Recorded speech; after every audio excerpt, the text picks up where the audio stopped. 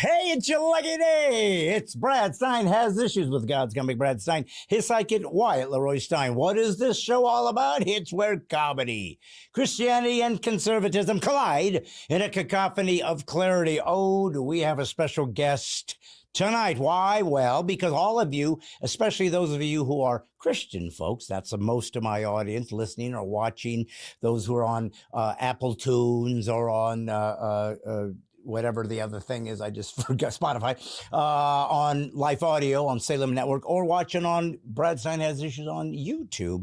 You love The Chosen. It's dangerous, though. Isn't it heretical? Isn't it actually Mormon? Haven't you always wanted to know? Well, there's only two guys I know of that would really know what's going on. One would be Dallas Jenkins, the director and producer and creator of The Chosen.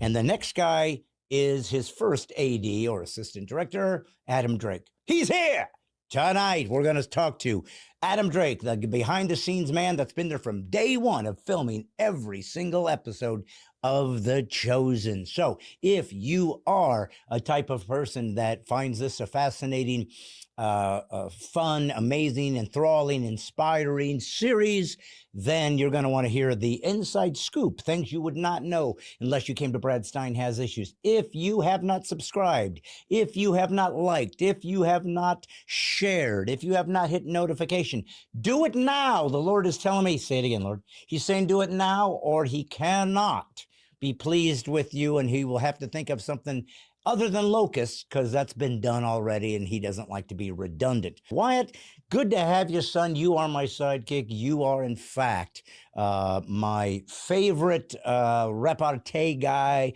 a guy that I like to, like we call it, the witty banter. The banter's for sure. The witty, it's a toss-up. So what do you think today? Just anticipating, we haven't really jumped in yet. Do you anticipate some serious witty today, or do you think it's going to, I don't know, be less than witty and folks are going to say, poor guys, they tried so hard, but clearly this isn't their forte? I don't think it's going to be serious witty, unfortunately. However, there is a slight forecast for witty seriousness. With a downgrade pressure point of may flop or pathetic puns. Yeah, well, a drizzle is the official meteorological term. Okay, so that would be a metaphor for people weeping, waiting for the funny. Yeah, basically. Okay, good. Well, listen, I don't know if you know this. You probably don't, because you don't keep up on every place your dad goes when he performs. And the reason you don't do that, son, is from what I understand, at least what you've told me, most of your days are spent on your knees praying for me and my well-being. And I appreciate that. Matter of fact, you were praying for me this morning? Yeah, hands and knees, full mantra, you know, the whole thing. So you're a Hindu now? I don't know. I mean, I just looked up religious words before the podcast started. And you chose one that had nothing to do with Christian. Yes, but it sounds like it to someone who wasn't well versed. Ah, so what you're saying is it's a cultic counterfeit to see if people can get sucked in. Ironic, son, because we're talking about the Chosen series with their first AD, Adam Drake, today. And some people have claimed that it is, in fact, a cultic, what was it, heretical, blasphemous series, because they don't do the Bible word for word. See, there's a lot of things that happen in the Bible, Wyatt. I don't know if you're aware of this. I am aware that lots of things happen in the Bible, yes. Well, but you've apparently been sticking with Hinduism for a while, so I wanted to No, I only thought the word sounded fun. It is a fun word. I'm just saying, in a Christian market. I mean, most one-syllable words are fun to say. They are, like the word moist. That's a good one. It just rolls off the tongue. So hey, sweet. is that almost onomatopoeia? And it's not, but almost. It's like slant onomatopoeia, I suppose. Because it feels like I get it. I definitely feel more wet after saying it. And guess what? If I say wet, it doesn't sound as wet as moist. Yeah, but moist is definition-wise not as wet as wet. But it sounds wetter. It sounds wetter, but it isn't wetter. Phonetically. It's weird. It is weird. And that's why people just flock to our Oh man, I podcast. can just imagine everyone in the comments going, "Yeah, Yeah. they did the moist bit." Talk more Yeah. H2O. More H2O. At this rate, it's gonna be H3O. Oh, yes. Or H2O squared. I think that's hydrogen peroxide that will kill you. Oh, yikes. I'm sorry. I'm glad that we have a scientific expert here to correct me when I get my equations. Yeah, we keep him in the basement. I usually, consult him from time to time whenever I have to. Are we ever going to let that guy out? He just wants to go home. I mean, the door's unlocked. We told him they should head out. I think at this point he just likes the free food and board. Well, yes, it is good. Yes, it's soup and bread, but what the heck? For some folks, that's enough. I mean, That's hey, plenty. man. He's an aesthetic. He sits out and prays. He's a monk. We has just his little robe we gave him. Well, he's the one who taught me mantra. I gotcha. He also taught me Hindu, but that's a different conversation. Well, and that was simply so you could differentiate between Christian, which is true, and Hindu, which is false. Well, yeah, it was. I asked him. So I saw this word like mantra, and I really hope it's Christian because it really sounds fun to say. And he's just like, oh, Yeah, I like can't- you I thought he can't- was wounded. no. I thought I could use the word because it was Christian, but he said no, it was Hindu. So I can't use that really cool word. So Hindu or Herdu, either one could use. It's not gender specific. Listen. I'm sure if any religion has gone woke, Hindu is definitely. Well, they on got for a this. ton of gods. So Oh, yeah, of course, yeah, of course. I mean, come on. So somewhere in there's a Wookiee. There's gotta be, right? Yeah, Like, Wookiee. in fact, I'm surprised that no religion hasn't created a Patreon god of Wolf. Well, sorry, Oh. a Patreon they them. Patron, not Patreon. Patreon is what people do. Did when did I say Patreon? You Oh did. no. Yeah, you did. And I know you were thinking, hey, how are people going to help fund our ministry and allow this to grow? And you were thinking Patreon, and I get it. We're going to have a big push for our help for next year, 2026. Not quite yet. We're getting there. Once you get a commercial put together, which you said you were doing, and It's I trust. on the process. Yeah, Yeah. I'll bet it is. But anyway, Mm, to get back to the joke, mm. I said a patron god of woke. What I should have said was a patron they them of woke. Ah, perfect. Yeah. Yeah. Well, that's the thing about the Hindu god, the Vishnu. It's like or is it Vishnu? It's like a lot of arms. It's kind of girly guy. It is a kind of a gender mix, a hybrid. So it's not. We're kind of not just sort of mocking somebody's religion, but in fact referencing what it actually looks like. But this is an important point, and I'll tell you why. So we're bringing Adam Drake on, who is the first AD in The Chosen, as we've already mentioned numerous times. But The Chosen has been controversial, Wyatt. It's been controversial because they take liberties, I guess would be the best way to say, with the texts of the Bible. Now, here's what they do. Have you ever watched The Chosen? Seen any episodes? I don't think you've shown me any. Yeah, it's not mine. It's all over the internet. Actually, you can go jump on it yourself. You But don't need me. Look, I didn't know it existed, and you weren't gonna show me it, so I Yes. didn't see anything. Okay, well, have you heard of The Chosen? Yes, about 2 minutes ago. Okay, so that's why you were so confused editing him. He's like, still don't know what I'm talking about. Like, who's chosen? Is Yeah. he chosen? Am I Yeah. chosen? Who's chosen? Well, here? he's here. We must have chosen him, so we've already proved our point. Is he talking about that we chose him for the interview? Yeah. Anyways, clearly that's going to show up in the final edit where everything's going to be confounded and confused. But it's all right, son. Why change what works for us? Well, yeah. Honestly, why change, audience? Why change? Mm. Like, honestly, if your life is technically still working, then clearly what you're doing is good enough. Mhm. Why not just stick with that? That's right. Like an alcoholic, you just stick stuck. As long as you're not dead, you're technically doing it not as bad as you could. Okay. All right. Not saying you're doing good. Mm. However, you can make the argument that it's not bad enough to change. Yes, so they're stick stuck. They stick stuck, and that's not the best way to live your life. So now I'm really but it is confused. a way. No, I think it's wonderful that you're continuing on the theme of first false religion, and now you're allowing addicts to stay. Listen. My entire personality on this show has been making fun of either you, me, or this podcast, or some combination of the three. Right. At this point, I'm branching out and making fun of other people. Oh, so you're becoming like a real comedy. like the Don Rickles of podcastians. Sure, yeah. Let me let's guess. go You with don't that. know who Don Rickles is. Yeah. Okay, I guess I'm older than you by a tad. You think? It's Uh, been 3 years and you just found this out now? well, anyway. Here's, Boy, I got a bridge to sell you, pal. where is it? It's the Golden Gate Bridge. Oh, how much is it? It's worth its weight in gold. Okay, well, I'm sure it weighs a ton. But here's the... Several, actually. I'm guessing, yeah, concrete. Here's the thing, though. The Chosen is controversial. Now, the reason it's controversial is this, in case you don't know, and clearly you don't, is that it's the life of Jesus and the apostles, right? And they do go through the books of the Bible and they tell all these amazing stories of the single most amazing story of the single most amazing human, of the single most amazing influential person of all time, Jesus Christ, the one, the only, the game changer, as I've said before.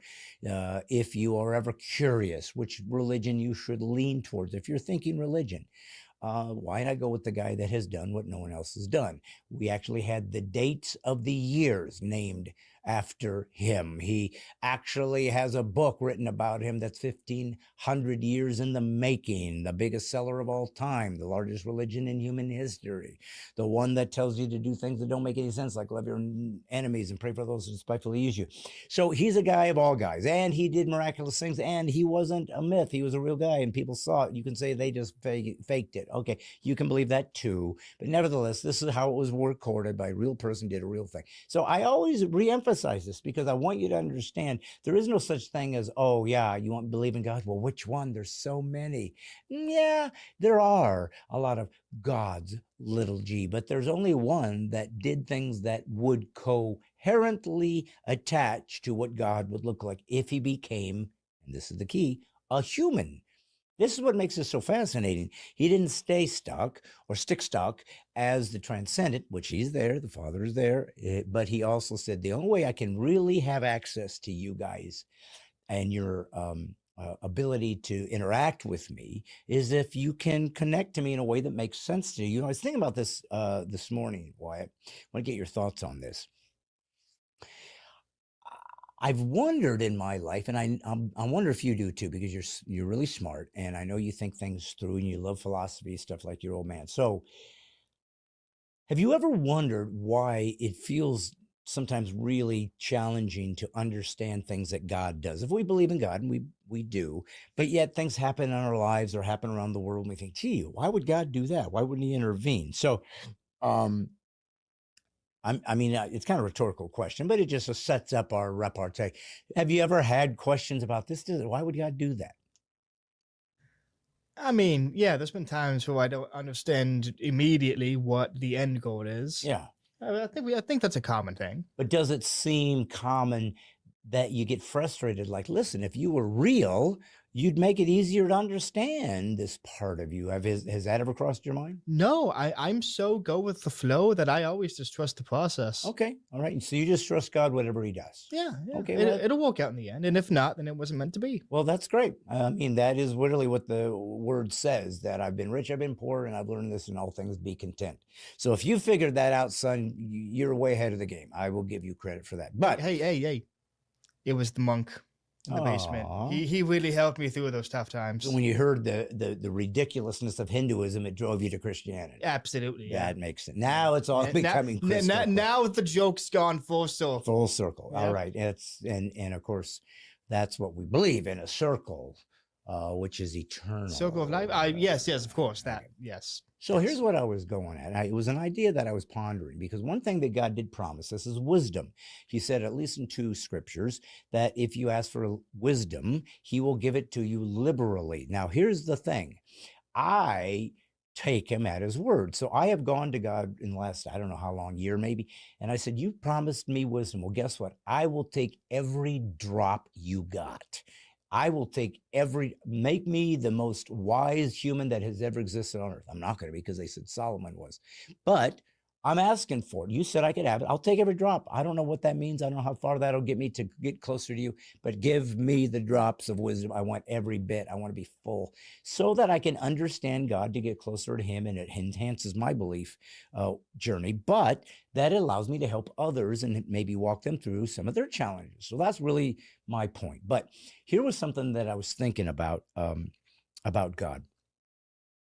You know, remember when we had William Lane Craig on, right? He was one of by far my most favorite guests, and I love all our guests. I do. I'm not just saying that. And there's been some amazing guests that I really, really, really wanted in my bucket list. And there's at least, if I had my top 10, I've had at least 2 on, Stephen Meyer and William Lane Craig, that are in the bucket list. So I got 8 to go. But he said the idea of, in philosophy, you can't have, I forgot what I just blanked on the term. But anyways, you can't have a married bachelor, right? You can't have a square circle, right? Because they're incoherent, they're illogical. You can turn a circle into a square, if God can at least, or make a married guy suddenly unmarried or whatever. You can become a bachelor. But it has to be something else. You can't be A and B simultaneously. Do you know what that's called? Isn't there a philosophical term for not being able to be two different things at the same time simultaneously? Do you know? I don't know what the actual term is. Okay, No, okay. I'll consult the monk. Please speak and maybe go while I'm rambling. But I thought about that. I said, but what it says is this way, and I want you to think about this now. It says that there are things God can't do. Now, wait a minute. I thought the definition of omnipotent was all powerful. There is nothing God can't do. But that isn't true, son. God can't not be God. God can't sin. His nature wouldn't allow that. As a matter of fact, sin is what would be a degrading of his ontology, because he's perfectly holy. So to be in sin would reduce him to less than God. So there are things he can't do, okay? And that doesn't make him suddenly not powerful. It's consistent with the natural laws in the universe. That's why you can't have you can't be up and down at the same time, or whatever. You can't have a squared circle. Okay. So according to the monk, it's non-duality or monism. Oh, monism. Okay. Yeah. Okay. That makes sense. Mm-hmm. So, well, wait, I thought monism was more about everything is like one, and like there's an ultimate idea that everything is attached to. I was thinking that was monism. So maybe but non-duality is definitely okay. Okay, well, that would make sense. Yeah. And so here's what I was thinking. I want to get your thoughts on this. You're pretty smart. At least that's the illusion we've created over the last 4 years. What if, when God created us and we're less than him, he can't create another him, because that means there'd be more than one perfect absolute, that being of which nothing greater can be thought. There'd be one more, and that means he isn't the most great that could be thought, but there's 2 of them. So he's limited to a certain degree by his nature. So I was thinking about this. So what if when he made humans, son, he made them as connected to him as possible, which he said, I've made you in my image, right? Which means ontologically we have similar emotional ideas. We laugh because he laughs. We cry because I guess he cries. He gets angry. So he can create. We procreate, right? So he made us in his image. We have similarities, but obviously in a limited capacity. But my thinking was, what if God said, I want you to connect to me. I want you to have access to me. I want you to be able to reference me. I want you to be able to be in fellowship with me, but no matter how close I get to you, here's the big idea. No matter how close I create something that gets close to me, understanding me, it's still like just light years distance from actually being equal to God. Not because he stopped at a particular space, literally by his own makeup. This is as close as we can get to anybody that could know God, just because he is so much more advanced than we could ever imagine. If you took omniscience, knowing everything there is to know, and you think to yourself, let's say we give humans way benefit of the doubt that we know 1% collectively over the history of humanity of what can be known. 99% of it he has. So that's how far the gap is from God and human. As a matter of fact, it's probably why, it has to be why he revealed himself through Christ, who was human, because that's the closest he could get to connecting to us by not bringing us closer, but by lowering himself and becoming as us. So I wonder if by his nature, when he creates us, we're automatically a certain variable, a way that is insurmountable. And that's why we have to trust him when he says, I know what I'm doing, because he couldn't even explain it to us because it would be so deep. So that's my premise. What do you think? I agree with you wholeheartedly. Okay, well, that's what you wanted me to say, right? That ends that inquiry. There goes. I mean, if you think there goes that thought experiment. I'm just saying, like, I'm just saying, like, that's like the ultimate way to diffuse any philosophical argument is. Or you're just getting sick of having a philosophical. Exactly. You know what? Yeah, I agree. You know what? Yes. Yeah, but I know you're joking. It's fine, and it's a great response. But I do want to ask you though seriously, and I know you don't know what I'm going to say, so you weren't really prepared. But it was just instinctively. Do you think I'm onto something? Would that kind of make sense? That maybe there's only so close another created being can get to God to be like him just by his nature. He's that insurmountable. I mean, I would say, yeah. I think the non-duality argument is an interesting way of looking at it. Okay, go on. Meaning, since there can't be two gods or beings of God power, then no other being but God could be exactly him. There would be some limit, right? By his nature, it's impossible to be like him, because that's what gives you the definition God. You are that which nothing greater can be thought. Yeah, you're the pinnacle, and so nothing's going to get close to you. Even he can't go against his own nature and make somebody else equal to him. Now, we're Christians. We believe in a triune God, so he's one monotheistic God, the God of Abraham, Isaac, and Jacob, but he also has God the Son, God the Holy Spirit, and God him. But they're all natures of themselves. It's kind of like,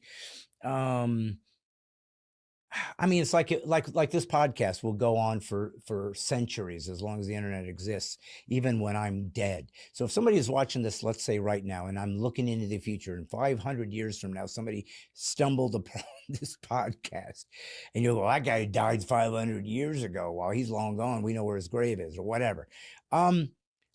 I'm here live in flesh in 3 dimensions, but they're watching me on film. Well, both of this, the real guy and the guy you're watching on video, are equal. I mean, we're both the same guy, but we're in different kind of dimensions. We're in different ways of viewing us, of interacting with us. So same guy, but there are other ways that our nature can be deposited into the atmosphere. So to say, for example, the Holy Spirit, right, is God, Christ said, I'm going to give you the Comforter, the Holy Spirit, the one I use that gives me access to God.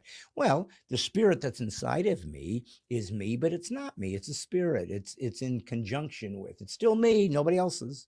So that's a way to be its own entity, the Spirit, but the Spirit is directly connected to God the Father and is in unison with him. So it really is the same, but I mean, you know what we're really talking about? Physics. We're talking about physics, metaphysics, what do you call it? What's that big physics thing that I just blanked on? But the big hardcore, difficult quantum mechanics, maybe quantum physics. Quantum. Yeah. Where a lot of that quantum physics is very esoteric. It's very out in the atmosphere that is almost unprovable, I guess. It's all speculative without really even getting there, but we think it's true. So it's kind of mysterious. I wish we had a mysterious sound on our mysterious board after I said quantum mechanics and God are quite mysterious. Okay, well, Yeah, I yeah. rolled the dice. There would be some kind of Twilight Zone theme or something to jump in there. But Listen. I'm not risking it with the soundboard. Okay, not now. I'd say after that deep discussion, had it been cricking, chirping crickets.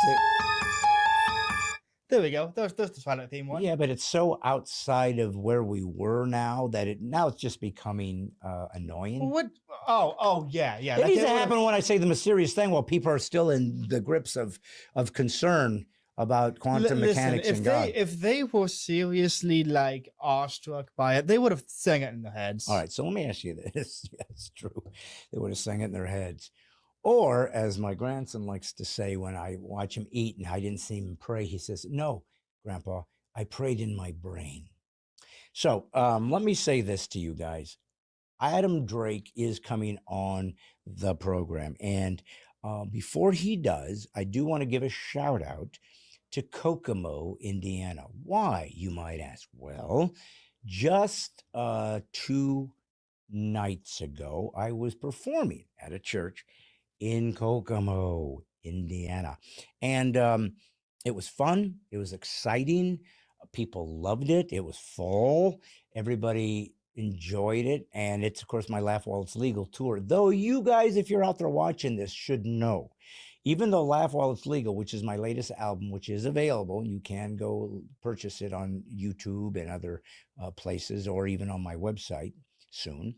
I want you to know that I am immediately, like I always do, once a new project has been locked in, I'm working out the next album. That's the only way comedy works. You got to always be working out new material, and I'm doing that as we speak. So you will see Laugh While It's Legal. If you happen to watch Laugh While It's Legal, saw the full 1 hour comedy performance, and you came out, you're going to see some of that material because that's kind of what I'm touring on. But I'm also going to be working out new material, so you'll kind of see what's going to be in the next album if God gives me permission to live that long, and there is no guarantees. But I wanted to get back to The Chosen. Why? Well, because Adam Drake, the first AD, is the guy that we are going to be interviewing here in just a few minutes. Like I said, if you love it, you're going to hear the upsides to it and some of the inside baseball that you wouldn't know about what's going on in the making of that. You know, we had was it Zacchaeus? I remember one of the players on the Chosen was on the program a while ago as well. So we are not anti-Chosen. And I got to tell you something.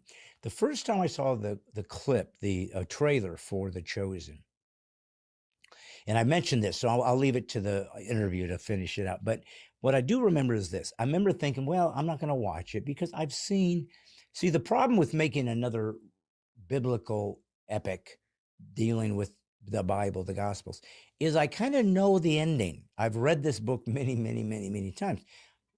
Crucial, important. It's the revelation of reality, but I've seen it. I don't need another version of Jesus on the Sermon on the Mount. I'll read it. I'll let God meditate on it. I'll let it hopefully drive me to be a disciple. But I don't know. And oftentimes it's just the same old people dressed up in the same old Middle Eastern looking thing. And I don't know. I'm just saying I've seen it. Okay. So they had a clip of the woman at the well, and she comes up to Jesus and he's like, "Hey, go tell your husband to come here and I'll talk to you." And she goes, "I don't got one." He goes, "That's right, because you got like 5.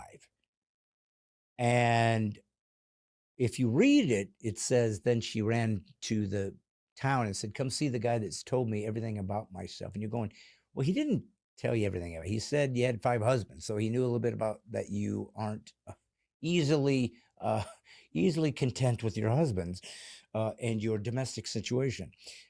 But then they said something to the effect of, your first husband's name was Josiah, and he smelled of oranges. He used to walk with one sandal over his whatever. And he started going into these interesting details about this guy. Well, it's not in the Gospels. It's not there.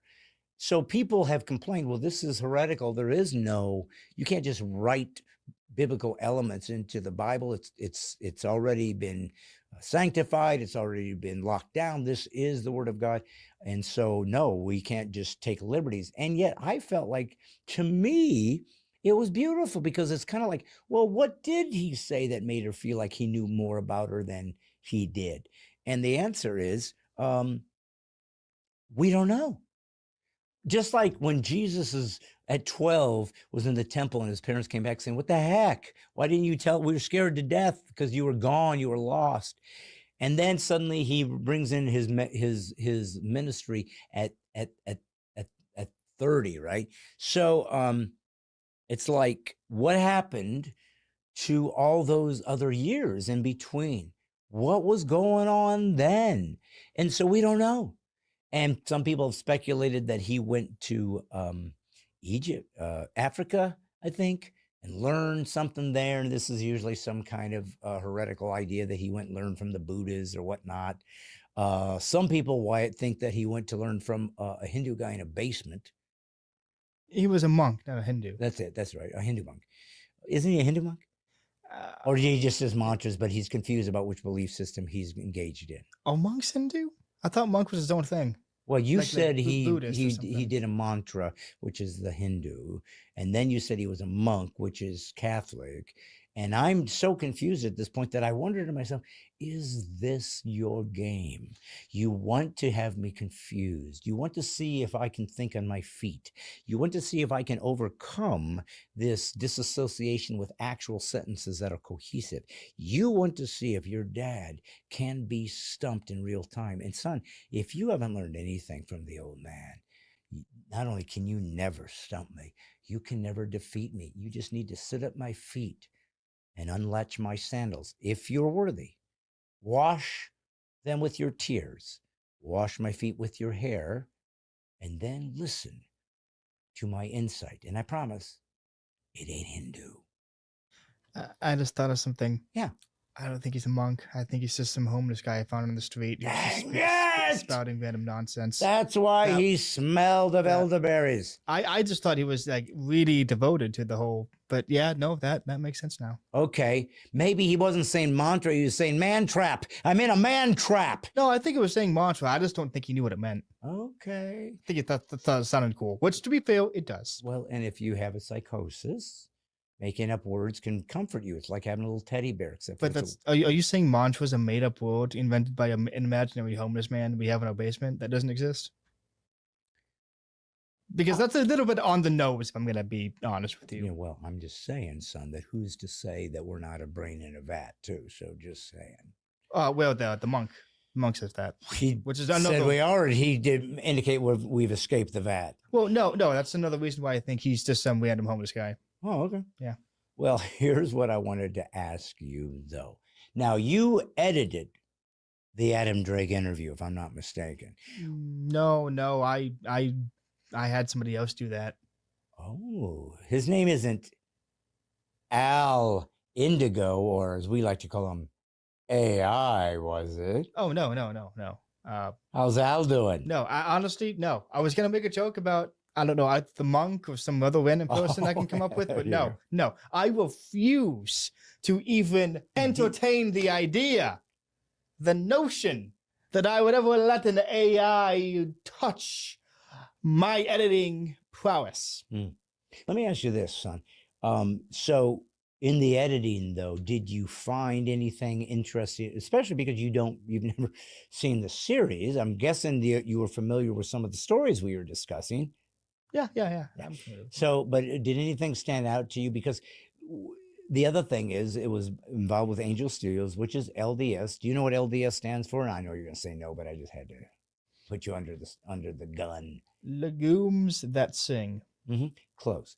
Latter-day Saints. LDS means Mormons. Oh, wait. Now. LDS? LDS. I thought you said LTS. No, I would never say LTS. Well, yeah, I was going to say, because the LTS means nothing. So, like, I was really concerned about why you would tell me what that means. Well, that's If I knew that you said LDS, I you would absolutely have nailed it. Yeah. I would have added the Paul come on. Yeah, Clear, yeah, easily. no, it's obvious that Yeah. you are a Joseph Smith aficionado, and I know you don't know who that is either. But here's what I want you to do to understand: if we are going to speak to someone who's been involved in the chosen, it does teach us a little bit about something that I do want us to be thinking about and aware of as Christ followers. So these guys have taken a lot of heat off of the chosen because they added these little storylines and phrases and so forth within the context of Jesus speaking and maybe other things he might have said. And it's all for sure a license. They're literally taking literal dramatic license because they're trying to imagine what else could he have said. There's so much, what the Bible says at the end of John, that, maybe if everything he'd ever done was written down, there wouldn't be enough libraries and books that could contain everything that he did. Now, clearly that was as hyperbole or a way of saying that he just did a lot that we haven't talked about. But don't we want to know, right? Don't we want to know more about Jesus and everything we can, because he is our Savior. He is our Messiah. He's everybody's Messiah. Yep, he started with the Jews. Yep, that's who started the whole thing. Most of them rejected him, still do.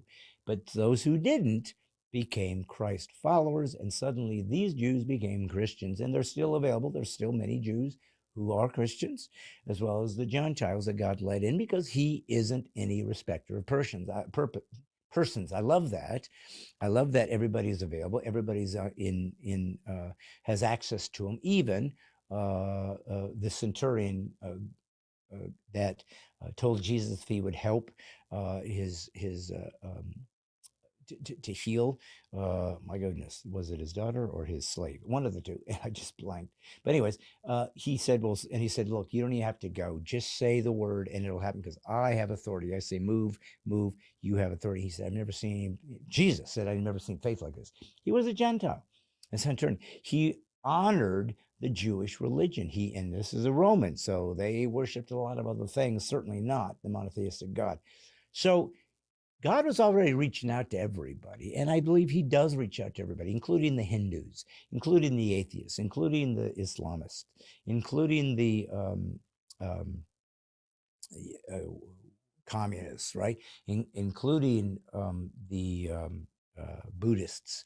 I mean, whomever, polytheists, right? Pagans.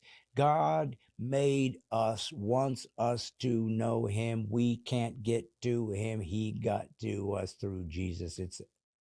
It's amazing story. And what I love, son, is it's true. This guy really existed. None of these other supposed dying and rising guys were real. Or if they were some foreign god that came out of the hierarchy of what God created in the beginning. And they were there to deceive. They were demonic. They were there to deceive people into the false Christ.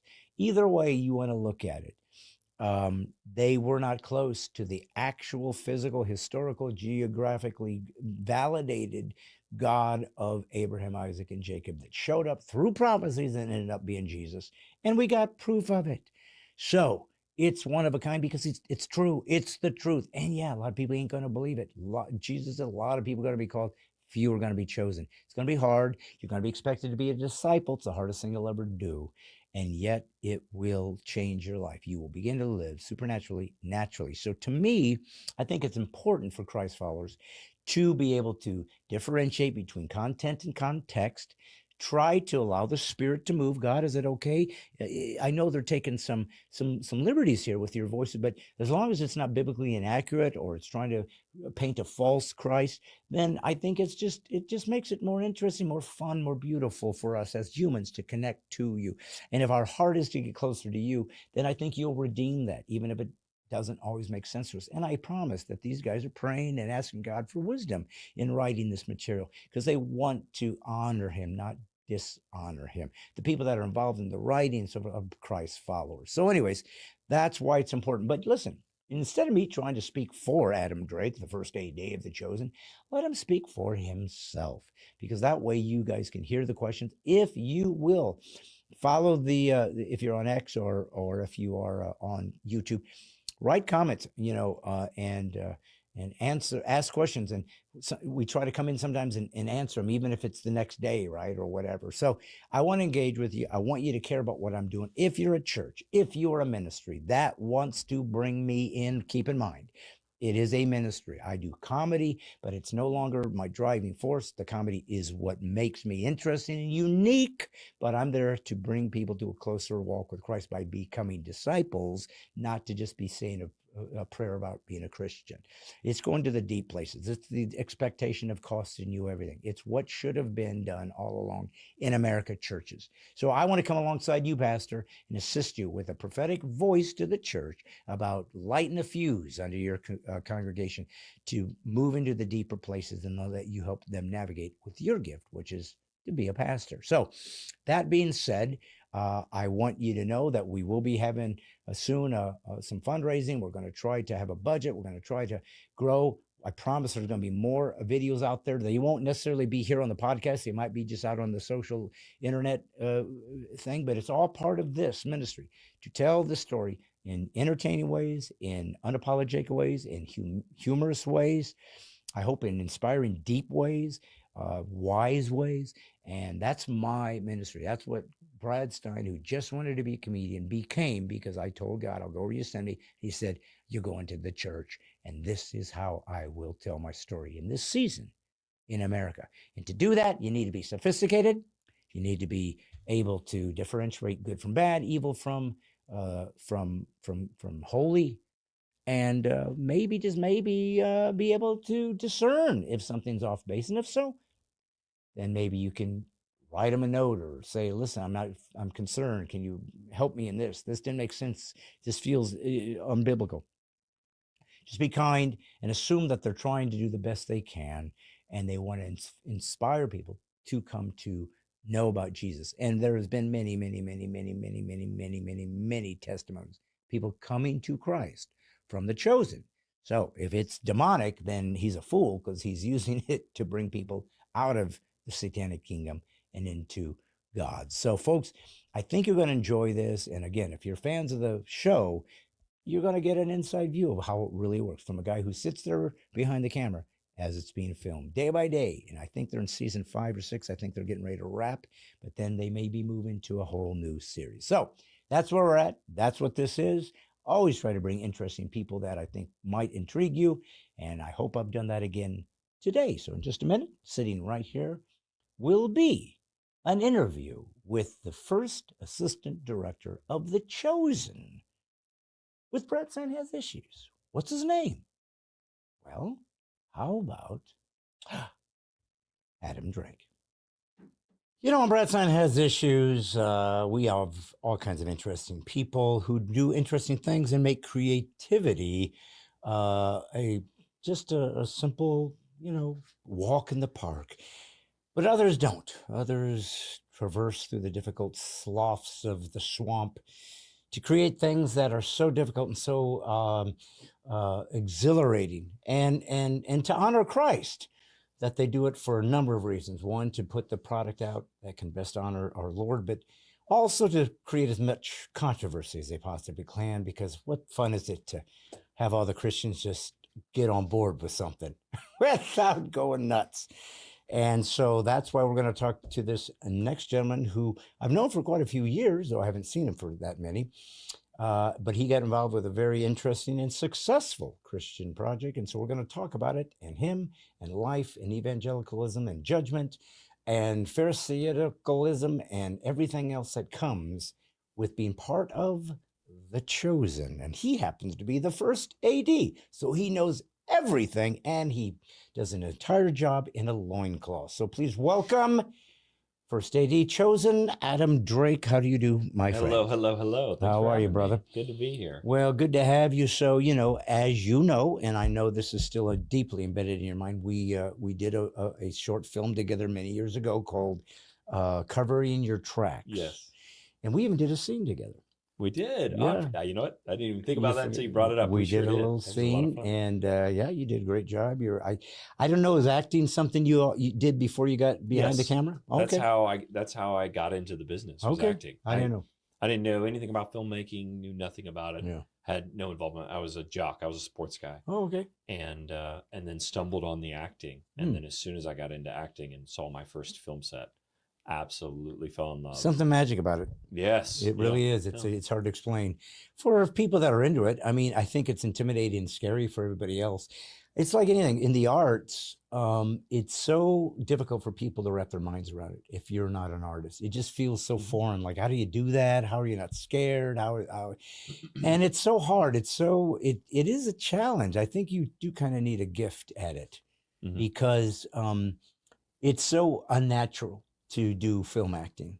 I mean, at least in a play, it's kind of flowing in sequence and everybody's kind of in period costuming and everything stays consistent. And so it can feel easier maybe to ease into the dialogue. But not with film, man. You never know what sequence it's going to be, and how you have to be in one particular emotional state immediately, and then it's hard. There's a reason why there's really great actors and those who aren't. But what do you think makes a great actor? That's a good question. It's the only kind I have. I used to do the crappy questions. It seems like not as good. Yeah, that's your old podcast. I know, that's the one that got booted. I've always said listening. I think some of my favorite actors are really good listeners.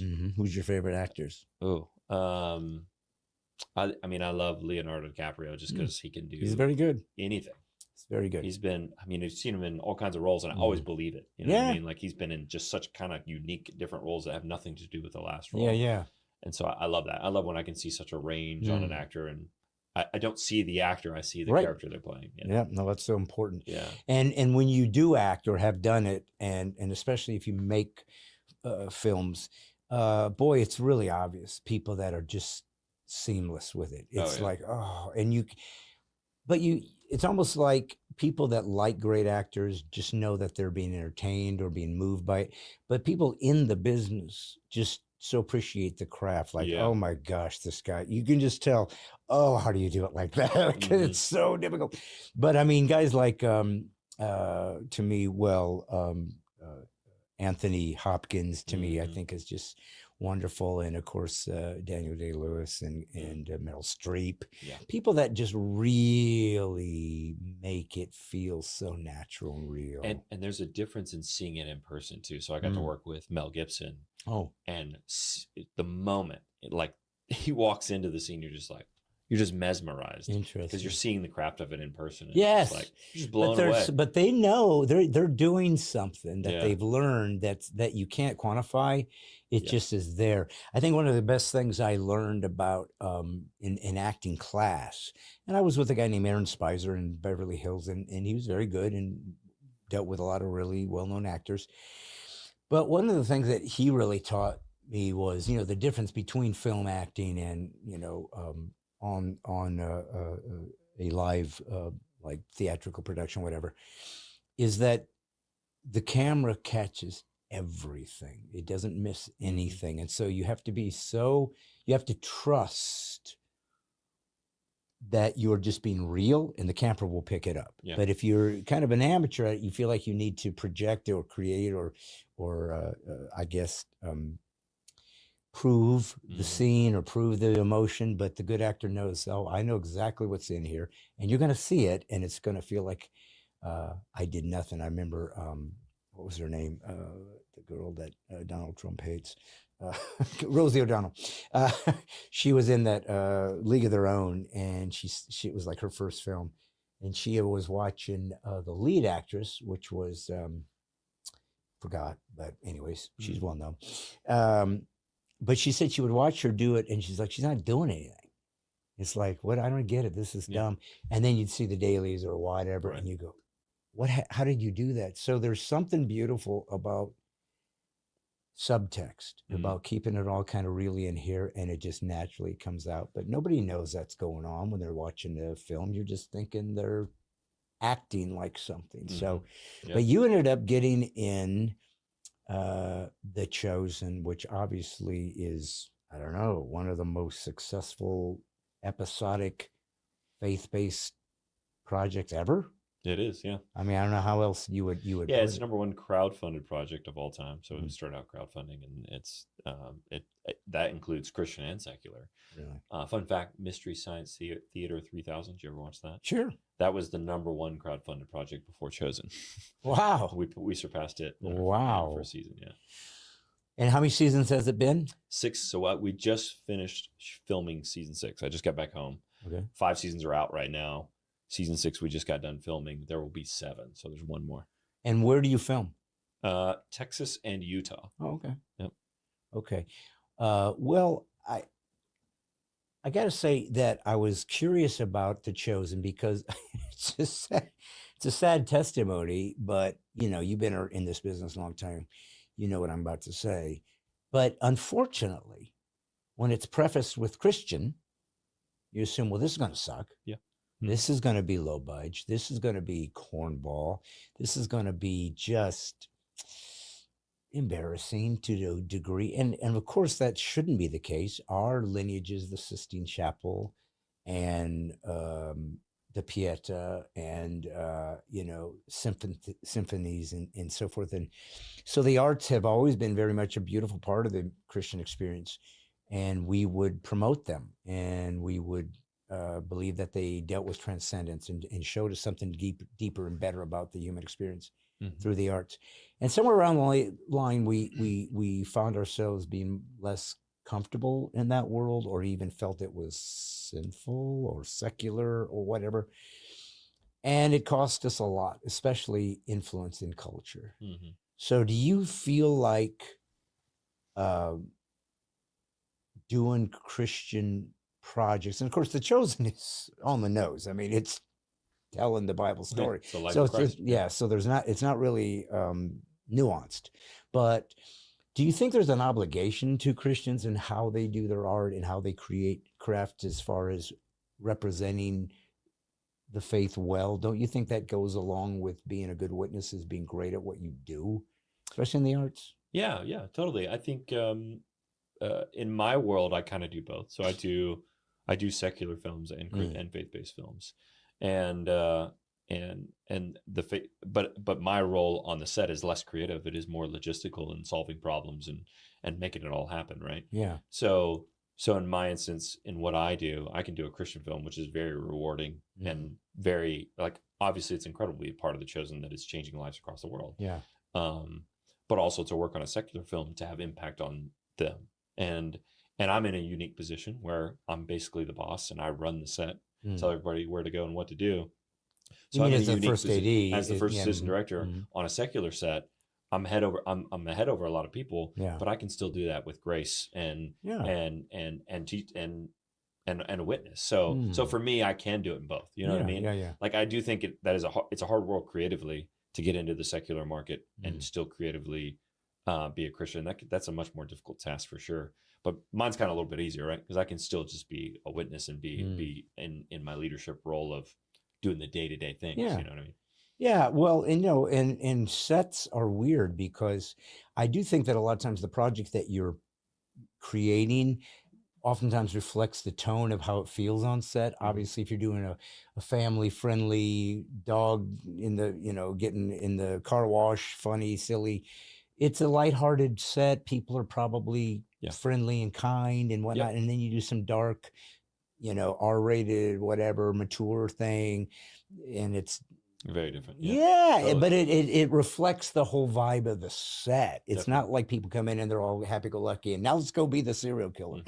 Something dark comes upon dark films, I think, and it can also be less enjoyable. I certainly have seen the difference between stories that were so lighthearted that made everybody excited to get on set, and stories that are a little bit darker and just different. I don't know. People don't seem as connected. So you're with the ultimate story, the story of stories. So I have to assume that people love it and they feel very connected in a deeper way, spiritually, as well as emotionally, physically, psychologically, as actors. But I have to also assume you're trying to get the best talent, which means it's likely not all of them are actually Christians or whatever. So how did that pan out? Like when you were casting, whatever, did that even come into the consideration as to their faith, or was it strictly who can do the job? For Dallas, it was strictly who could do the job. It was, who is best for this role as an actor. It didn't matter their faith, which is very different than the Kendricks. So what's fun is I host a podcast too, and I just had the Kendrick brothers on, who make those films, and that's a requirement for them. Like we are only going to cast people that are pointing towards Jesus and also a great actor.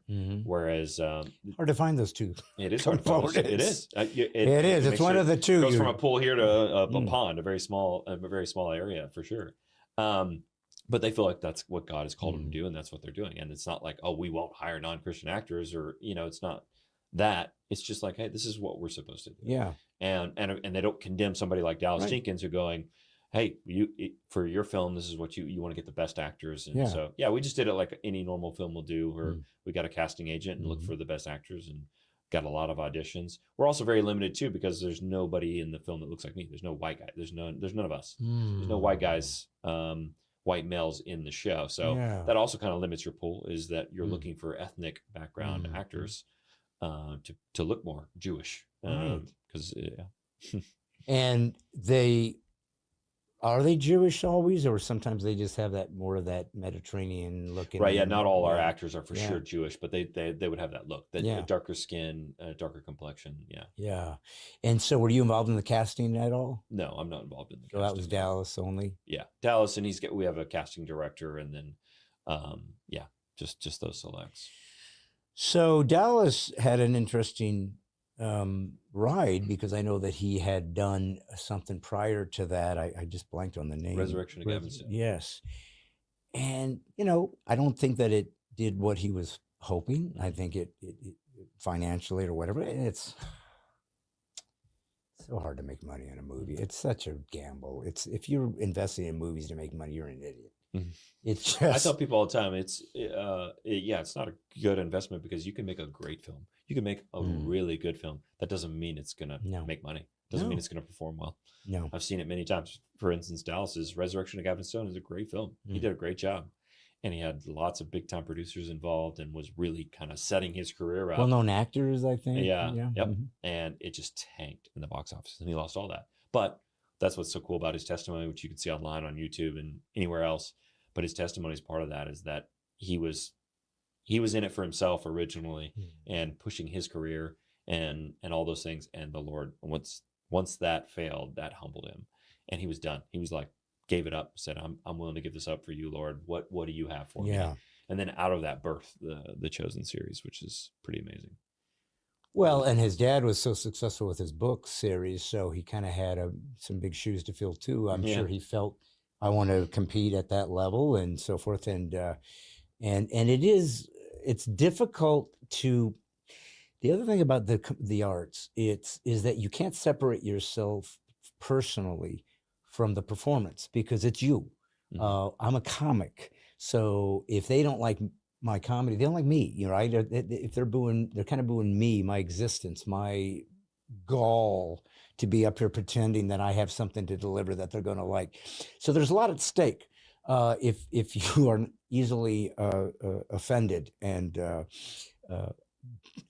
can't do well with rejection, because this business, you had better get used to the word no, because that's going to be what you'll hear 99 times out of 100. It's going to virtually be every time no. And here's the other thing. There's no rhyme or reason why they say yes. We've all seen the guy that got the part, and you go, that doesn't make any kind of sense. So do you, well, you said you're not involved in the casting at all, but what do you think? I mean, is it just as basic as you have the right look, which I know my casting, the guy that I used to train under, he said, most of the auditions are done the moment the guy walks in the door. They just know, they can just tell he hasn't the feel. And then you get there and you start becoming the character, and then they make the second judgment. But have you ever felt anybody on the set or anybody in the scenes or anybody watching that you're in your head, you're going, this guy's not really what I need? Yeah, not on The Chosen, honestly. No? Just because because it was birthed from this indie world, so Yeah. there wasn't any of that political hiring. There also wasn't us going. He wasn't going after any names, any named characters. You just go, oh, you automatically have the role. Every single person actually auditioned for that role or for that moment. So they did have to have a certain look, and it starts there. But every one of them had to go through a pretty extensive audition process. So no, honestly, our cast on The Chosen is really good, and I feel like everybody's kind of fallen into that perfect role on the show. Well, so talk about pressure. How do you like to say, you get the breakdowns? We're looking for Jesus. Mm-hmm. I mean, what a uniquely problematic role to fill. Mm-hmm. It's not like Caesar. It's not like Abraham Lincoln, even famous, well-known people, none of which we've ever seen in person. So it's not like we really know what they were like, but we get this idea in our head. Jesus is like another thing. I'm trying to think how you would prepare for that, those scenes, because you're representing something beyond just a guy delivering a good, nice, moral man delivering a particular, because that's every story. There's the good guy and there's the antagonist and the protagonist and the redemption and the destruction. And suddenly you have this one guy that is playing Jesus. And it just, I don't know, would there be an extra pressure? Would there be a sense of, how do I even begin to approach this character? Yeah. You know, and of course you're with his Jonathan Remy, is that Remy, how? Remy? So he's playing this character, and I'm just thinking, what have you seen with how he approaches this? Is it something he grapples with? Does he find himself almost like, now I'm sure he's locked into the groove of it, but I don't know. Did you see him wrestling with how to even go about playing this guy that is as iconic as it gets, literally, because he's Jesus? What do you think? Yeah, him and Dallas had already done a couple shorts together where he played Jesus. Oh, so he'd done it before, and that went really well. But yeah, I think the way that Jonathan approaches it is the right way to approach it, and I've seen him many times before an emotional scene or a scene where he's really got to bring it. Which there's a lot of those, pretty much all of them, and we usually give him a moment to step away, and he'll step away and he'll just pray and say, Lord, I don't even know, I don't know his prayer, right? He does that privately, but him and I have become pretty good friends and have had conversations about it. But I know he's praying something like, Lord, fill me up, because I don't know how to play this. Like, I don't, like, how would your son have done this? Like, how do you want, like, so he's been very humble about it, which is incredible. And the way it has to be approached would be my first response is humble, because you gotta, just like we have to do as Christians, I think you gotta die to yourself and go, okay, Lord, teach me how to do this. That's right. I gotta die to myself here and play you. Well, but literally, ironically, if that's even the right word, though, Adam, is Christianity calls you to die to yourself. In other words, theoretically, we're shooting for the time when we no longer have an ego involved, that God just speaks through us.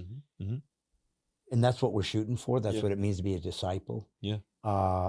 So he's kind of, in some interesting way, literally having to become, God, Holy Spirit, which if he's a Christian, right? I guess he's a Christian. Yeah. So he's saying, Holy Spirit, that was in real Jesus. Yeah. That's now here. Yeah. Show me how to be that guy, because I feel like there's a lot at stake there. I think there's a lot of responsibility to playing that character that is beyond just doing it well. So it's interesting that I met him in Dallas once. We did the Huckabee show. We happened to be on at the same time. Oh, cool. But I think it might have been one of the first years or two, so I hadn't known much about it. And so I didn't know a lot about it, other than I had heard a little bit, and it was getting good reviews. The first time I stumbled upon it, like I said, I heard about this thing that we do an episodic series on life of Christ and the Gospels and whatever. And I'm thinking, well, okay, we've seen a million of those, Yeah, and course. I don't know what you're going to do to jazz this thing up, because I mean, the story isn't going to change. We all know how it ends. We know, that in the flood, this guy's going to survive. We know that, he will get off the cross. He will come back. So, there's no, it's a lot of spoilers because we know it's Yep. coming. And you're telling a story over and over and over again. So I really was curious, what are they going to do? What texture are they going to add to this thing?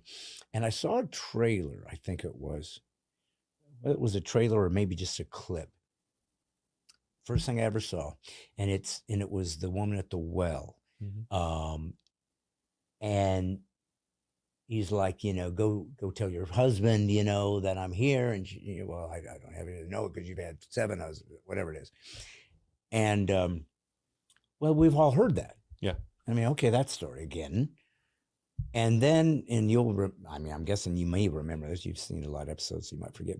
But something to the effect of he kind of took a pause and he goes, his first name was Joseph, and he smelled of the rinds of oranges, Mhm. and you sensed his softness as he would brush your shirt, whatever. And I remember going, okay, that's cool. Yeah.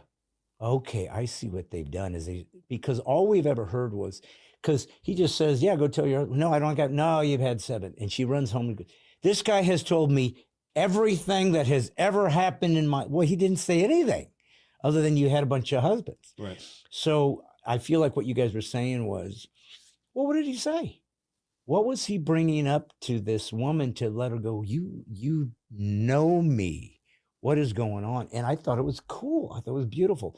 It made me feel a more vicarious connection to the story, Yeah, and gave it definitely. more life and more texture. Mhm. And I really appreciated it. And yet, interestingly, it's that very license that has caused some problems Yeah. with this, because Yeah. people think it's taking advantage of a scripture and saying things or doing things that aren't necessarily certainly accurate. We don't know what was said, but almost like you don't have the permission, maybe. Sure. So how did you guys wrestle with the dramatic license that you took, which, by the way, I think is what makes it really cool. Right. But is there a sense of, is this getting us off biblically track? I know this is the questions you guys have had a million times, but Sure. I'm curious your thoughts on how you navigate. Yeah, because I that. think before The Chosen, there was basically 2 options that had been made in media, right? There's like strictly by the Bible, word for word, playing it on screen, which obviously hasn't worked well in the past, I would say. Very stale, cheesy, corny, or bad acting, or any of those things. And then there's been ones that go the other way that are basically like, there's a little bit of scripture in there, and they've gone well off the deep end. Yeah. And The Chosen, I think, has done a great job of finding that middle ground of telling a great story and filling in the gap. But doing it the way they've done it is for the parts that are not scripture, for those the oranges and things like that. For instance, obviously we have 3 writers on the show, and the writers are all believers too, and they have their own personal walks with the Lord. So they're putting some of that in there too, right? They're putting some stuff that's related to them in there. And then what they do is, after they write these scripts, is they take it to biblical scholars. There's tons of biblical scholars that they actually sit down with and go, what could have been more elaborated here, or which direction could this have went? And let's back it up with scripture. So it's like, even if we were to fill in those 3 spots that are not in the Bible, does it go against scripture? And if the answer is no, well, then it's okay. Then it's okay to keep in the story, right? If it's not going against scripture, and they're getting that fact check not by themselves as the writers, but also by many biblical scholars and even rabbis and things like that. They have multiple people that check the scripts and go, here's where you're riding the line, here's where, and all those things. And then they finalize the scripts, and then we go film it. But they are doing the work outside of the normal writing to also fact check and go, how close are we to the Bible? Because we don't want to dishonor the Bible. Right. We definitely, this is scripture based. And then the answer to the people who have a problem with it, of course, is, well, this is not the Bible. This is a show for entertainment. Enjoy the show, then go read your Bible. Right. Like, because you might go, wait, I don't remember if that was in the Bible or not. When Jesus says something, you go, wait, was that in the Bible? Well, that's the whole point. Go look and read your Bible. If it was, great. If it's not, well, then See if it, check it yourself and go, huh, would he have said something like that? Does that go against scripture? Yeah. Like, I mean, that at the end of the day, that's what's more important, is getting the person to go sit down with the actual Bible, not sit down with the chosen. Do you feel like in retrospect you've ever seen moments where you guys later go, I guess we shouldn't have done that one, like, or something that you later regretted a little bit? Has that ever happened? I mean, again, I'm not in the writing room, and I'm just saying watching the afterwards, you're going, oh man. And there's been definitely some things where it's like, like I feel like Dallas has said, I want to speak for Dallas, but I feel like he said like, I could have left that out, and it's caused so much controversy that he didn't expect, right? So there's been some moments like that where there's lots of controversy. Give me an example though. Like I was thinking, the first one that comes to mind is when Jesus is practicing the sermon. Everybody threw a big fit about that one. Because he was practicing. Like he was rehearsing. Mm-hmm. Okay, I didn't see that. But, and they say practicing, but Dallas Dallas has gone online and defended it and talked about all the different things. But it's one of those things where it could have we could have cut out 5. I mean, he literally he just like walks off on his own. I don't know if you've seen it. He just like walks off on his own and starts like working through the Beatitudes for like 10 seconds. So it's one of those things where it probably could have easily been cut too, and there would have been no issues. But I also think that's good, because what that did is stir up a lot of people to have those discussions. What do you think they were trying to say with that premise of as though he was trying to figure this out in his head? Because it does give and I'm not even judging it. I'm just curious from an artistic standpoint. It is implying that he's trying to figure the correct wording, and then you would think, well, the Son of God kind of didn't need rehearsal. Right. He knows what he's going to say. Yeah. So in that regard, why do you think he gave some leniency on that particular? I'm not sure. I haven't had that conversation with Dallas, and he put up a video talking about it, and I don't remember. Honestly. Oh, okay. I just curious. But one I can speak into that for me though would be also in that same vein. He was talking when he's working through the sermon with Matthew. And Matthew's taking notes. There's people that have issues with that one too, because he's working through the sermon and asking Matthew for notes on his sermon, basically, as he's going to preach the Beatitudes. And a lot of people had a problem with that. And I was like, for me, and that's the thing is, like, again, like you said, I think earlier on, film is interpretive, and the way it's received. So I don't receive that scene the same way you receive that scene, or it might speak to me differently than it does you. And so during that scene, a lot of people were like, he wouldn't ask Matthew for notes. Like he doesn't need notes on a sermon. He's the Son of God. He's perfect. I'm like, yes, but what it said to me is he's pulling Matthew in. Of course he knows what he's going to say. To me, it's speaking, he's pulling Matthew in and helping teach him. And like, even though he's like asking for notes, he knows what he's going to say. He's pulling him in and luring him in to help him like with the sermon to write it down and just to learn it himself, So again, all that stuff's kind of open it. Well, but this is kind of going back to what I was referencing earlier, is that this is unique character. There's nobody else like Jesus. He is the game changer. He is the one of a kind. He's the most influential, famous man in human history. There's nobody like him. He changed worlds, governments, cultures, everything. He is the embodiment of Israel in Judaism. He is the completion of Christianity. He is the one that liberated all people to be equal. No Jew, no Gentile, no bond or free, no male or female. He's literally the one that said everybody is welcome. I'm the monotheistic God, dimensionalized. And it's true. It's historically real. And so it's like, it's almost impossible to replicate how to even go about this thing, because there's no precedent for somebody like this. Because even the most powerful person in history, is flawed, and you can see all the kinks in their armor, including David's and Moses's and even our own patriarchs. So it does seem like it's almost impossible to do anything with him that isn't going to make people uncomfortable to a degree, because there's nothing like that. So what I am curious about though is, do you take it personally? You're part of the project. You're on the other side of it. You're helping to make the product. It sounds like a crude way to put it, but it is. It's a product. You're creating something to consume. And so do you find yourself taken it personally when people have some issues with it? Do you find like, or have you kind of disassociated, like, oh, I'm just making the thing that's on there, or is it a little bit deeper for you than that? Yeah, no, not at all. I mean, especially since I'm not involved with the writing and the creativity of it, I don't like people's slander of it or against it. Yeah, I'm like, no big deal. I mean, I love to defend it. Like, so if I don't end up in a lot of those discussions because I am the logistics side of it, but I would enjoy defending it and going, here's why, of basically just what I was saying of like, the point of it is to point you to the Bible. So no, but I don't take it personally at all. No.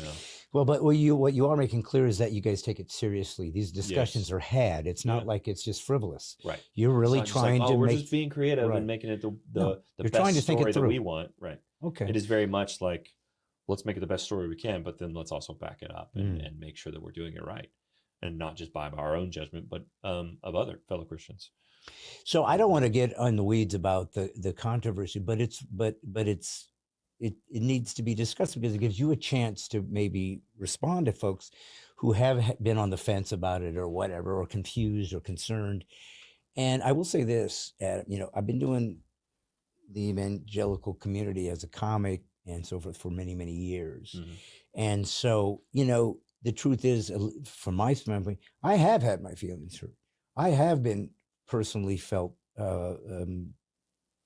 insulted and slandered and maligned in things that people would say, because I know me. I know what I'm trying to do. I know I have the best intent. I know I'm going to screw up. But I feel like people, when they're looking at art, they don't understand there's real people doing this. And it's hurtful when you're, not that you're making criticism, that you have a right to do that. But when it's presuming the worst of their character, or you don't know Dallas Jenkins and his faith walk, what he's trying to do. And the truth is, none of you had the courage, the wherewithal, the ability to do what he did. So when you do your own version, then you can do whatever you want. But when somebody else is trying to do the thing, it's almost like people want, all they have to in a ministry is to criticize somebody else's ministry. So is there anything, and again, I'm not trying to get in Dallas's head or even get out of school. I'm just curious, have you ever seen him anguish or things that you feel like was unfair to him that he had to wrestle with to let him know, hey, he's a guy, man, trying the best he can. Maybe you ought to back off a bit. Have you seen times when it's been affected him psychologically a bit? Yeah, I mean, for sure. There's been a few moments I've said, I think that it's affected him, but Dallas's joke to that, and what he always says, he says, my spiritual gift is I don't care. Like, so he actually is very good about all the comments, all the negative things. Like, he truly doesn't bother him. It truly doesn't care. He's like, I know. It's part of that because it's successful. So it's like, you can't destroy this. So I'm already good. But even early on, before it took off, he had that. It was like, I know this is what I'm called to do and what I'm supposed to be doing right now. So you can say whatever you want, but I know I'm in the right place. And so I know I've been in that place in my life a couple times too, where it's like, I know what I'm doing right now is what God has called me to do, and there's no question about it. So you can slander me however you want. I'm not changing, and it's not going to affect me. What would you say is the most misunderstood or represented problem people have brought up the most? Is there one thing that people have the most, when you've seen the problem people or what are the controversies, what do you think has been the number one problem people bring up? I mean, I would say it's mainly what we've been talking about, just the fact that like people think that we're blaspheming the Bible because we're not, because we're filling in the gaps, of those places that aren't in the Bible. So that what we've been talking about is definitely probably the biggest issue I feel like I've seen the most. Then there's the whole Mormon thing too, just because we were with Angel Studios, which is founded by Mormons. And so, but Dallas has always been very clear that he's not Mormon and that the show is not based on Mormonism or Latter-day Saints. It's from his perspective, which is an evangelical Christian. So that's been a big thing too. But it's like, if you just did a little bit of research, you're like, oh, it's not. Yeah. Well, I know he's not. And Angel Studios, which did Dry Bar, right? Did they do that? Well, because I was on that. I was on Dry Bar. I was on the first season before everything blew up, and everybody got famous but me because I was in the first season. But sorry about that. They were nice guys. I forgot that Harmon. Maybe? Yeah, the Harmon brothers. Yeah, and very nice guy. Yeah, wonderful. And super and smart whatever. dudes. Yeah, oh yeah. Well, listen, LES are really good business guys. I don't know what it is. These guys really have this savvy. They had this marketing team that made commercials and whatever, and they were really good. It was really, really good. Like, wow, what is it about you guys that have, and you don't think of them artistically, you think of them as kind of almost like high end, Amish, like, just really odd. But do you feel like there's ever been any influence from that angle, like from their theological? No, not at They've all. never tried to even involve themselves. No, they were just Were they like distribution. They weren't executive even- producers or something? No, I mean they might have had an executive title, but they weren't even touching it until it was done. Like we Okay. had already written, So they were shot just it, distribution. edited it. They were just distribution, yeah. Okay. So they had no involvement from any of it at the beginning. Now the crowdfunding came from how?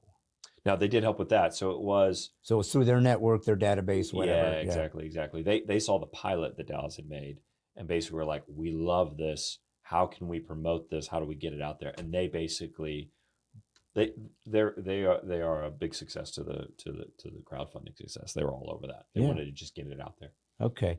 So we've talked about some of the controversies, and again, I'm sure you're tired to death of it, but I figured we might as well bring it up because not everybody has heard all the other stories, and I wanted you to have that chance. But now let's talk of the flip side, the good stories, the testimonies, the things you've heard and seen in people's lives. Let's hear some of those stories.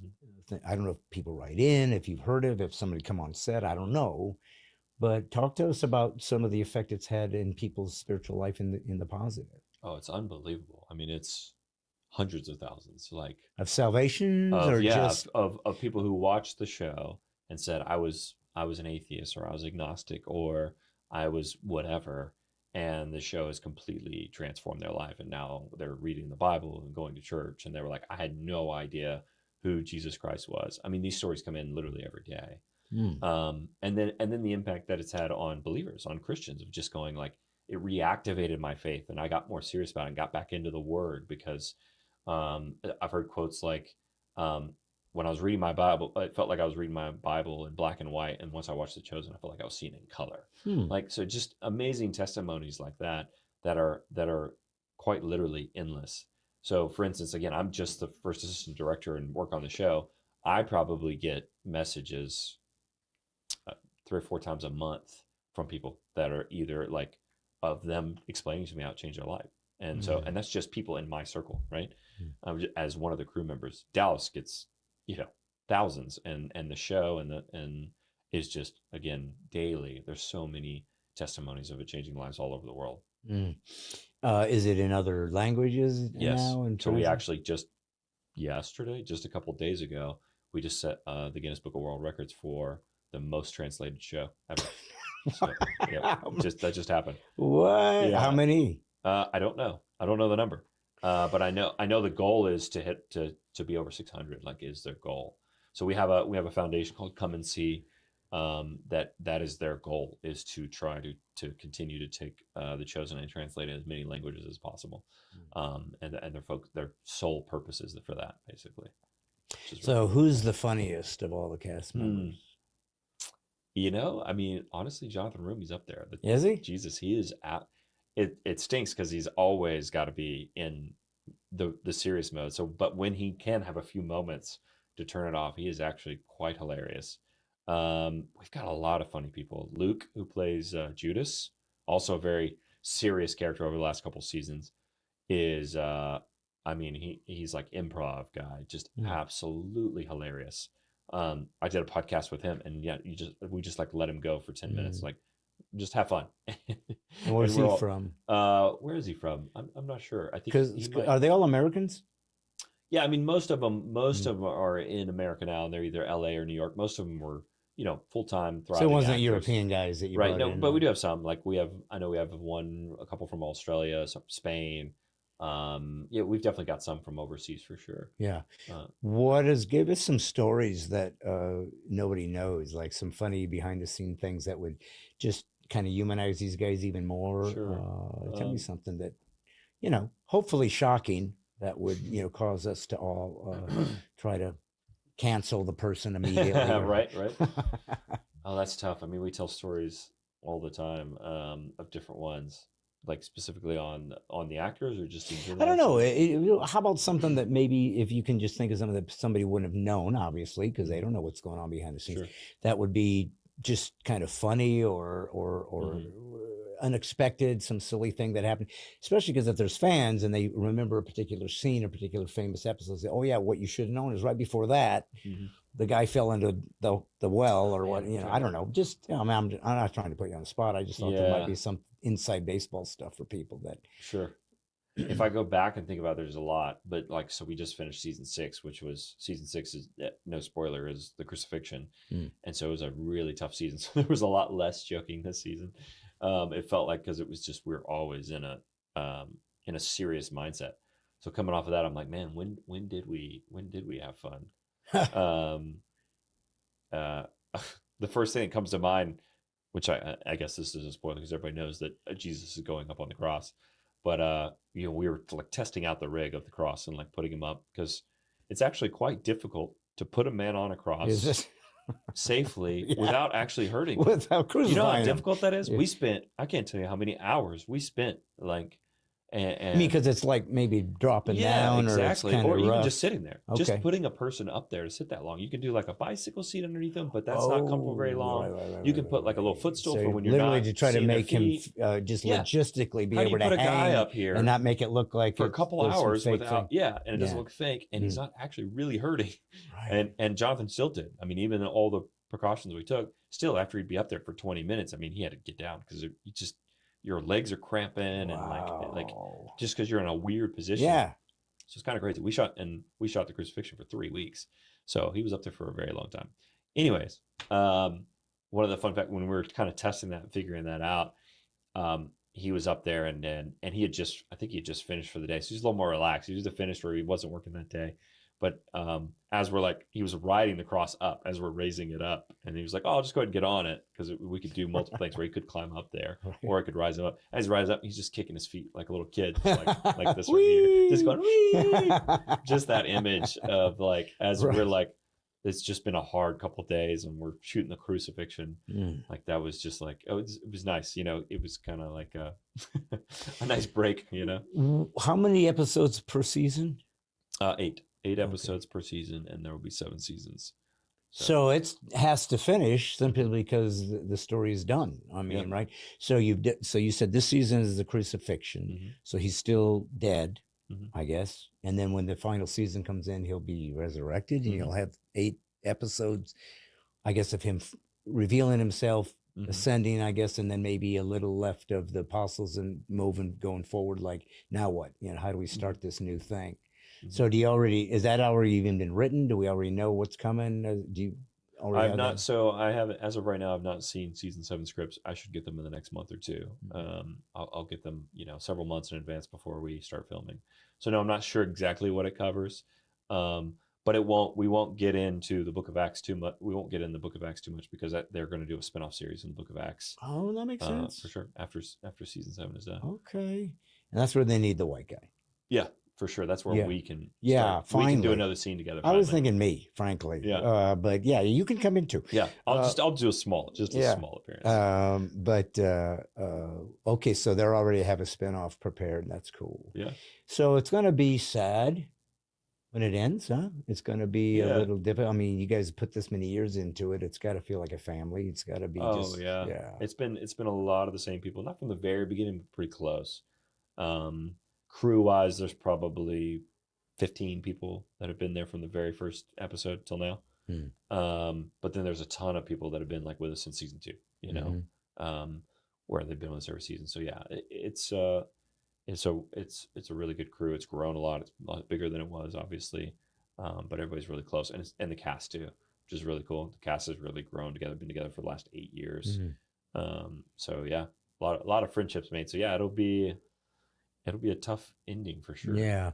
And when it ends, will it go into syndication? Will it be on Netflix? I mean, what happens after that? Do you know? Yeah. So the way they watch the show now is it's on the app. And then since we left Angel, it's with Amazon Prime. So it'll go to Prime first. It'll probably live on Prime. They kind of have us exclusively right now. So Amazon Prime is where you can get season 1 through 5 right now, and on the Chosen app. So I assume it'll continue to live on there. And what are you most proud of? Just I mean, overall, I guess. Yeah, I mean, now that you have been part of something that is unique and has proven itself to be proofs in the pudding, most crowdfunding in history, the most translated into other languages. Clearly a one of a kind. Not everybody gets one. Not everybody gets a brass ring and gets on a hit show or sitcom or film or whatever. So you're part of something that will last long beyond you. Well, there's the answer right there. Yeah. I mean, it is. It's being a part of something that's going to last, that is going to last forever. And I think it's only going to grow more with time. To kind of take it back to the beginning, when you asked me about acting, when I first got into acting, and I just got on set and fell in love, it wasn't just, it wasn't that I just fell in love, but I immediately felt called to it. Like, this is it. This is where the Lord wants me. This is my mission field. This is what I'm supposed to be doing. And one of those things was I just had this deep passion to make biblical films too. I was like, man, I want to be involved with like an epic biblical film. Well, that was 15 years ago. Yeah. And then to now be a part and an important part of the first AD, and I'm also co-producer on the show since season 2, and just so involved and close friends with Dallas and the creators, to just be involved from the very beginning all the way to the end of a show that is going to change history has been incredible. And not only change history, but change lives, and has changed lives. Like I said, hundreds of thousands of lives, to where I still get messages personally from people that, I went to middle school with, or somebody I met one time or something, that finds me and goes, and just messages me and goes, "The Chosen changed my life." Yeah. Well, that's rare, right? To be in a project that it goes way beyond just, trying to inspire people. And there's been wonderful secular movies that can inspire you and make you feel good about yourself and make better choices and so forth. It's going to be hard to follow. I mean, anything after that now, if you go to this Acts thing or whatever, I'm guessing they'll probably try to do the same kind of formula. Yeah. Sure. It'll actually be a lot of the same cast. Yeah. Okay. Yeah. A lot. So except for Jesus. Yeah. Except for Jesus is good. Well, flashbacks or yeah. And you going forward, what would you want to do now that you've kind of accomplished something you always wanted to do, but you're still young? Do you want to act more? Would you like to kind of maybe create your own things? What do you think? Yeah, I definitely have a passion to create my own and do my own things, as we were part of when I did the short film. That was fun. 13 years ago. I love doing stuff. I still enjoy that and love that. And so, yeah, but I'm also in this place that, yes, I want to do that, but I'm also in this place of like, I'm really comfortable in a good way of like, this is where God has me right now. This is where he wants me. So I'm kind of just like, whatever's next is good with me. It doesn't have to be what I want, because I've always been the pusher of like, this is what I have to do next. I'm going to direct this film and I'm going to do this, has been kind of my drive, early on when I was young. But what's great, in the last couple of years, the Lord's really been teaching me to kind of back off of that and go and just be good with where I'm at, and continue to as the first AD, I serve other directors. Maybe we should have said this in the beginning, but just for folks that don't know the technical elements, so that kind of means you kind of design the scenes and help prepare everything that's going to be necessary. I mean, you have prop guys and you got lighting guys and everything, but tell them a little bit about what that would entail for you to have to prepare. So yeah, as the first assistant director, the first thing I do is I get the scripts. I'm one of the first people to get the scripts, and then I break that down into a schedule. So, and then I build the schedule for which The Chosen is massive, because we shoot, like, we just finished season 6. It was 86 days of shooting, and I have to schedule that over Texas, Utah. So we're moving states. And this year we also shot in Italy.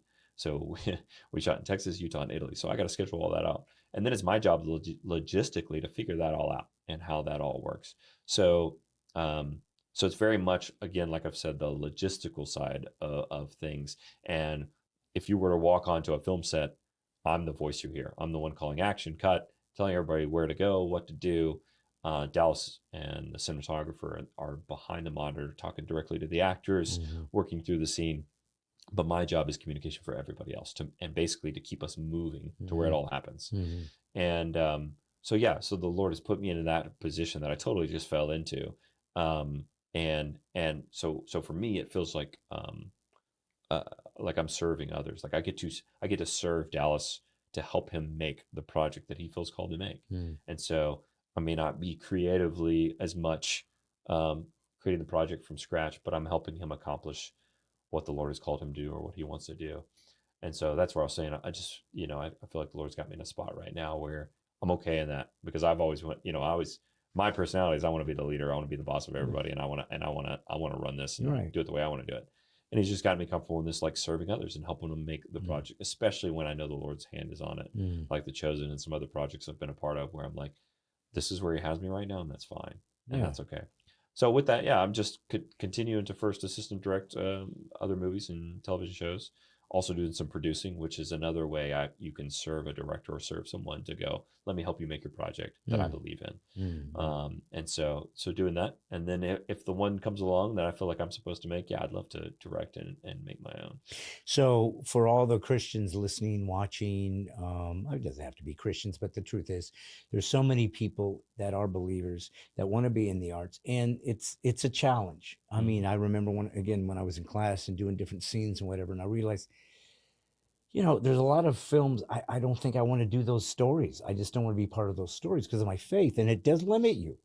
It limits your ability to be available for everything like everybody else can be, because they don't have any moral guardrails that they need to be specifically prepared to. So how would you tell them, whether they're an actor, actress, want to get in behind a director, AD, whatever, photographer, DP, what would you tell them? How would you inspire them to follow through that without compromise and yet still do it at the highest level of expertise? Yeah, I think that it kind of goes along with what I've been saying. I think that you have to, before you even jump in, I think you have to be in a right place with the Lord, in your relationship with the Lord, in your quiet place. That has to be right before you jump in, because how are you going to handle trials, or how are you going to handle when somebody says no, or you don't get the job that you want, or if there is an option and it's like, this one kind of rides the fence on if it's good or bad, I don't know, the character of it. Like, well, if you're not grounded in your relationship with the Lord, then you don't know how to answer that, and you're just gonna make your own choice and go like, yep, well, that's it, and then it turns out to be something really immoral that you didn't expect it to be immoral. So I think you need to start with a place before you ever get there, for sure, of that you're in a right place with the Lord, and what you're okay with and what is and what's not. Do you think there is a obvious line, or do you think it's possible for a Christian to make two guys who are seeking God and are true believers, but they can end up in two different choices? For example, Denzel Washington won't do nude scenes or sexual scenes with and Jim Caviezel won't do that. And there's a few guys, because their faith won't make those, but they'll curse. They'll use all kinds of F and this and that. So another guy might go, oh, that's way off base. So how do you think there's a Christian way to do it, or do you think God gives us enough leniency that if you feel God okay with this language, or I don't even know how you get away with the sex. I know you can do that, but do you think you can make two different decisions and be equally in the proper place where I think so, because I think that all of us as Christians are in different walks in our life, right? We're all at different levels. Not all of us are in the same place with the Lord, and so if it's a level thing, some of us are at different levels.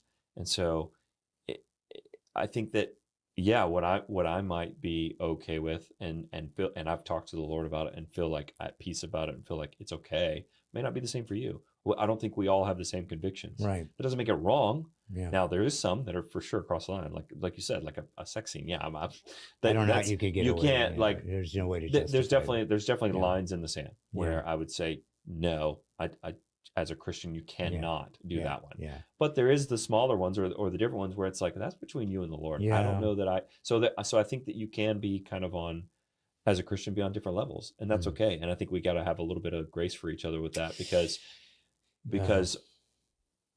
your grace towards that person could help them come over the line to where it is. Maybe it is, a thing. You know what I'm saying? Like make like the language thing.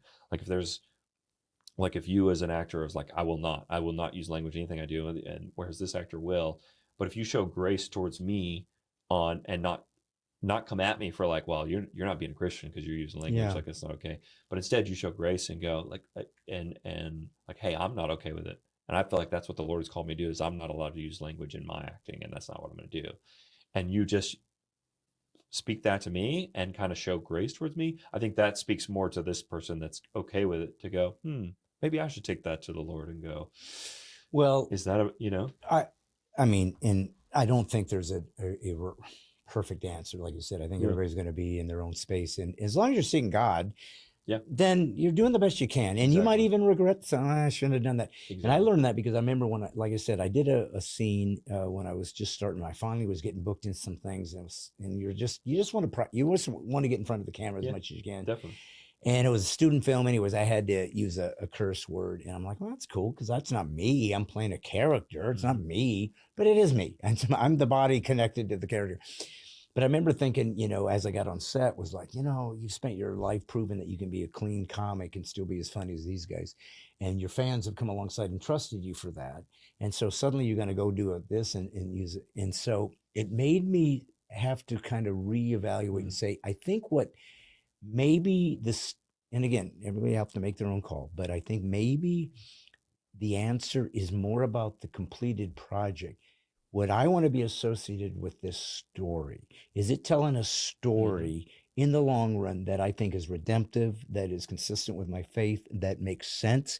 Because if you think about it, if we don't use a word or a language because we think it's inappropriate or crude or whatever, and so we shouldn't be able to say these words, I said, well, then doesn't that mean a Christian should never be able to play Satan or a demon?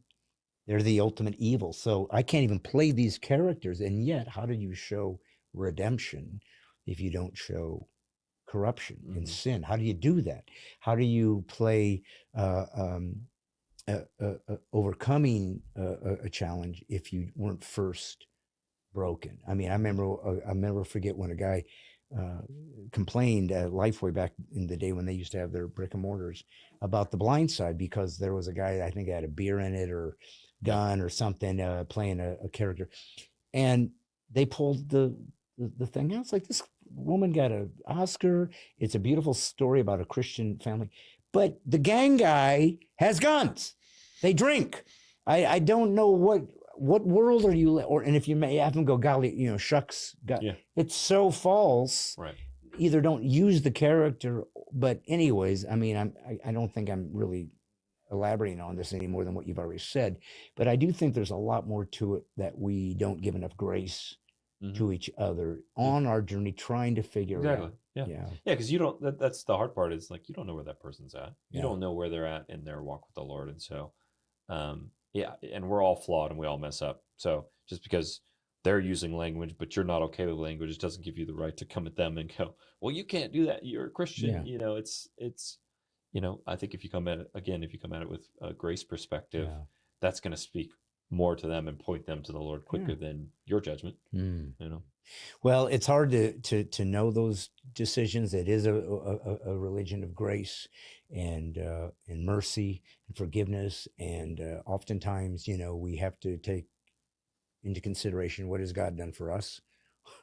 What has he done for me when I was not worthy and deserving? And if you can replicate that, because we are asked as believers to take a turn being Jesus. That's really what he said. It's your turn to be Jesus, because I'm up there, and one day we'll be reunited. But for right now, your soul is perfect. It's sacred, and it can go into the Holy of Holies. But your flesh, it hasn't caught up, never will. But you're supposed to try. You're supposed to redeem the world, and do that through acting in a disciplined way that people have never seen before. And they might just become believers like us. Well, listen, Adam, thanks for making The Chosen and being part of that, and coming on with me. And it was good to see you after all these years, and just appreciate you taking the time. Doing good work, representing your faith, and being a witness by your craft, I think, is a very missing piece of Christianity. I have said this forever. One of the big problems with Christians in America is we we are taught to judge content instead of context. And so we lose the sophistication that we should be able to be the best of filmmakers, the best of actors, the best of artists, because the creator of all of that is our dad. So let's do that. Let's not talk about it. Let's not make it a bumper sticker. How about we actually live that? So thanks for coming out. I can't wait to see what the final season is. My guess is he resurrects, but who knows? It's The Chosen. You guys, we could go any direction. You might grab a whole nother direction. But meanwhile, folks, I hope that you have enjoyed the show. I hope that you've realized and maybe heard a few things you didn't know. And most importantly, that for those of you who are judging, it's like, I got to ask you, well, how many people have you led to the Lord? Because they can account for 100,000. So I don't know. You tell me just exactly what criteria are you basing your particular righteousness on compared to people who are actually doing the hard work. And if nothing else, maybe give people some grace until you've started a ministry, until you created your own project, until you tried to do something and had a bunch of Christians tell you how miserable you are and bad at it. Till then, you don't know how hard this is. And we're doing our best. Pray for them. Do that at least. And let's see if God will do some amazing things and maybe get 601 languages. Yeah. Who knows? They made it to 600. Maybe they make it to 601. Adam Drake, it was a pleasure. Can't wait to see your final project or any other thing. Maybe we'll do something else together someday. Who knows?